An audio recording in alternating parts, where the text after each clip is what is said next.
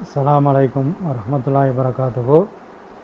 என்னுடைய பெயர் முபாரக், புர்னையிலிருந்து பேசுகிறேன். என்னுடைய கேள்வி என்னன்னு சொன்னால், என்னுடைய மூத்த சகோதரர் கடந்த 6 மாதங்களுக்கு முன்பு வஃபாத்தாகிவிட்டார்கள். அவங்க மேலே நான் அதிகமான பிரியம் வச்சுருந்தேன். இப்போ என்னன்னு சொன்னாக்க, சில சமயங்களில் நான் தனிமையில் இருக்கும் பொழுது அவருடைய நினைவு வரும் பொழுது என்னை அறியாமலே கண்ணிலிருந்து நீர் வழிய ஆரம்பிச்சிருது. ஓரிரு நிமிடங்கள் அந்த மாதிரியான சூழ்நிலை இருக்குது.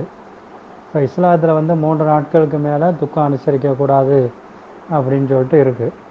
இப்போ இந்த மாதிரி அவங்களுடைய நினைவு எனக்கு அழுக வர்றதுனால, அந்த 3 நாளுக்கு மேலே துக்கம் அனுசரிக்கக்கூடாதுங்கிற அந்த இஸ்லாமிய கட்டளையை நான் மீறினதாக ஆகுமா அப்படிங்கிறதுக்கு எனக்கு கொஞ்சம் விளக்கம் தரவும்.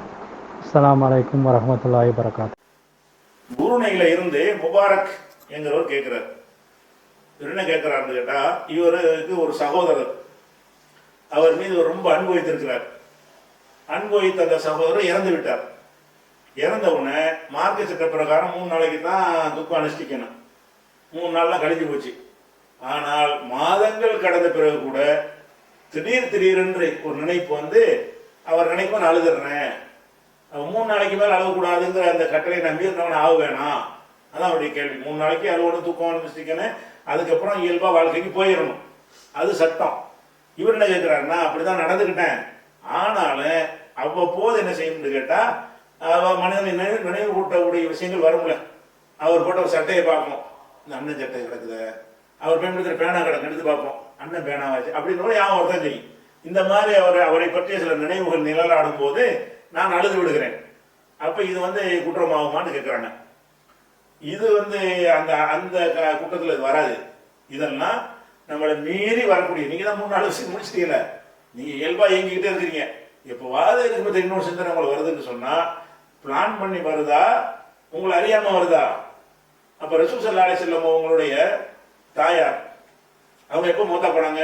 ரசூல்லா நபி அவருக்கு முன்னாடி மூத்தா போயிட்டாங்க இல்லையா? அப்ப ரசூல் ஸல்லல்லாஹு அலைஹி வஸல்லம் அவர்கள் அவங்க தாயாருடைய கபருக்கு போறாங்க அனுமதி வாங்கிட்டு. அல்லாஹ் அவங்களுக்கு பாவ மன்னிப்பு தேடக்கூடாதுன்னு கண்டிஷன் போட்டான். கபருக்கு போறது ஓகே, போய் கேட்டான். அந்த கபருக்கு போன உடனே ரசூல் ஸல்லல்லாஹு என்ன செய்யறாங்கன்னு கேட்டா, முஸ்லிம்ல வரக்கூடிய ஹதீஸ், நபி ஸல்லல்லாஹு அலைஹி வஸல்லம் கபர உம்மி, ரசூல் ஸல்லல்லாஹு அலைஹி வஸல்லம் தாயாருடைய கபருக்கு போறாங்க. போனோன்னு ஃபபக்கா, அவங்க அழ ஆரம்பிச்சிட்டாங்க. பக்கா மன், இது 3 நாள் நடந்ததா? இது 50 வருஷத்துக்கு மேல ஓடி போச்சு. அப்ப ரசூல் ஸல்லல்லாஹு அலைஹி வஸல்லம் இதை போய் பார்க்கும்போது, பல வருஷங்களுக்கு முன்னாடி அவங்களுடைய தாயார் இறந்திருக்கிறாங்க, பல வருஷங்களுக்கு பிறகு அவங்களுக்கு அழுக வருது. எதை பார்த்தோன்னு வருது? இப்போ பக்கா கபரை தாயுடைய கபரை பார்த்து விட்டு அவங்க அழுகுறாங்க. அபுகா மன் ஹவுலகு, சுத்தி இருந்தாலும் அழ வைத்து விட்டார்கள். அவங்க அழுவதை பார்த்து எல்லாம் அழுவாங்கல்ல. அப்ப தாரதாரியும் அழுகுறாங்க.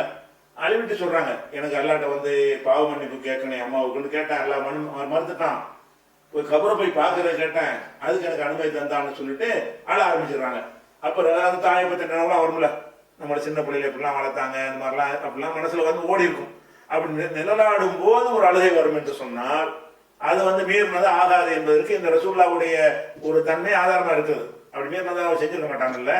10 வருஷம் கழிச்சு கூட ஒருத்தங்க ஞாபகத்தில் வரும். என்ன உதாரணமா, ஒருத்தர் உங்க அண்ணன் இறந்து போயிட்டான்னு வைங்களேன், உங்க அண்ணனுடைய மகளுக்கு நீங்க கல்யாணம் பண்ண போறீங்க 15 வருஷத்துக்கு பிறகு. இந்த கல்யாணம் அன்னைக்கு அவர் ஞாபகம் வரும். அந்த மகளுக்கு கல்யாணம் பண்ணு, அவர் இருந்தா நல்லா செஞ்சிருப்பாரு, நம்ம செய்யறோமே, அண்ணன் இருந்தா எப்படி இருக்கும், அப்படி அக்கறை செய்ய இருக்கையா? சில நிகழ்வுகள் நடக்கும் பொழுது அப்படி ஞாபகம் வரும் என்று சொன்னால், அது நம்ம பிளான் பண்ணி வர்றது கிடையாது, அது வாட்டுக்கு வரும். பிளான் பண்ணாம வர்றதுக்கு அல்ல பிடிப்பான, குற்றமா பிடிப்பான் அல்ல. ரசூலுல்லாஹ் சொல்றாங்க, மனைவிமார்கள்ட்ட சமமா நடக்கணும், மார்க்க சட்டம். அப்படி நடப்பாங்க ரசூலுல்லாஹ்வும்.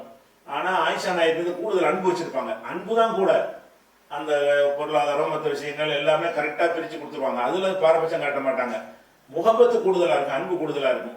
அதை பற்றி ரசூலுல்லாஹ் சொல்லுவாங்க, ஹாதிஹி கிஸ்மத், இறைவா என்னுடைய பங்கை பொறுத்து சரியா செஞ்சுட்டேன். அல்லாஹும்ம ஹாதா ஃபிஅலி ஃபீமா அம்லிகு, என் கண்ட்ரோல்ல உள்ள விஷயத்தில் நான் சரியாக செஞ்சு விட்டேன். ஃபலா தலும்னி ஃபீமா தம்லிகு வலா அம்லிகு, உன் கையில உள்ள விஷயம் என் கையில இல்லாத விஷயத்துக்கு என்னை பிடிச்சிடாத. ஒரு ஆள் மீது அன்பு செலுத்துறது, அன்பு பிளான் பண்ணி அன்பு செலுத்துவாங்க. ஒருத்தர் 4 புள்ள இருக்கு, 4 அவங்க புள்ள தான், ஒரு புள்ள மேல பாசம் கூட இருக்கும். அதுக்குன்னு பிளான் பண்ணி ஐடியா பண்ணி திட்டம் போட்டுலாம் வராது. என்னவோ தெரியாது, அம்மாவுக்கு இந்த பிள்ளைய பிடிக்கும், அப்பாவுக்கு அந்த பிள்ளைய பிடிக்கும், அதெல்லாம் சொல்ல முடியாது. இது நம்ம கண்ட்ரோல் மீறின விஷயம். அப்போ கண்ட்ரோலில் மீறின விஷயத்திற்கு எந்த ஒரு கொஸ்டினும் வராது, கேள்வி வராது. நம்ம மீறின விஷயம். ரசூலுல்லாஹ் சொல்றாங்க, இன்ன குழுப்பு பனி ஆதம பைன இஸ்பைனி அசாபி ரஹ்மான். அதாவது ஆதமுடைய மக்களுடைய உள்ளங்கள் இருக்குதே, அது ரஹ்மானுடைய விரல்களில் 2 விரலுக்கு மத்தியில் இருக்கிறது. ஷரீஃபு ஹைதேஷா, 4 நபர் திருப்பி விட்டுருவான்ல, நம்ம சிரிச்சுட்டே தான் இருப்போம், அப்படி பெருட்டு அழுவ ஆரம்பிச்சிருவோம். இதெல்லாம் நம்ம கையில் உள்ளது கிடையாது. நம்ம உள்ளத்தில் ஒரு விஷயம் ஏற்பட்டு அதனால் ஒரு அழுகை வருது என்று சொன்னால், நீங்க துக்கம் கொண்டாடுறீங்க, சோகத்தை கொண்டாடுறீங்கன்னு அர்த்தத்துக்கு வராது. அல்ல அது பிடிக்க மாட்டான். அதனால உங்களுக்கு எத்தனை வருஷம் ஆனாலும் சரி அந்த மாதிரி நினைவுகள் வரும் என்று சொன்னால், இப்போ கூட எனக்கு ஒரு அண்ணன் மூத்தா போயிட்டாரு, இந்த மாதிரி பேசிட்டு இருக்கும்போது நான் நினைக்கலாம், இந்த மாதிரி இருந்தால் எவ்வளோ சப்போர்ட்டா இருங்க நல்லா அப்படின்னு நினைச்சேன்னா நீ கண் கலங்கிரும். தப்பாது, அது தப்பு கிடையாது. எல்லா மனுஷனுக்கும் இது உண்டு. ஆனால் பிளான் பண்ணி இது செய்யறது இல்லை. அந்த சூழ்நிலை சந்தர்ப்பம் என்ன செய்யும், அந்த நிகழ்வுகள் அப்படியான ஒன்றை ஏற்படுத்தும். மனிதன் அப்படி படைக்கப்பட்டு இருக்கிறான், அல்லாஹ்வுடைய ரசூல் அப்படி படைக்கப்பட்டு இருந்தார்கள். அதனால குற்றம் வராது.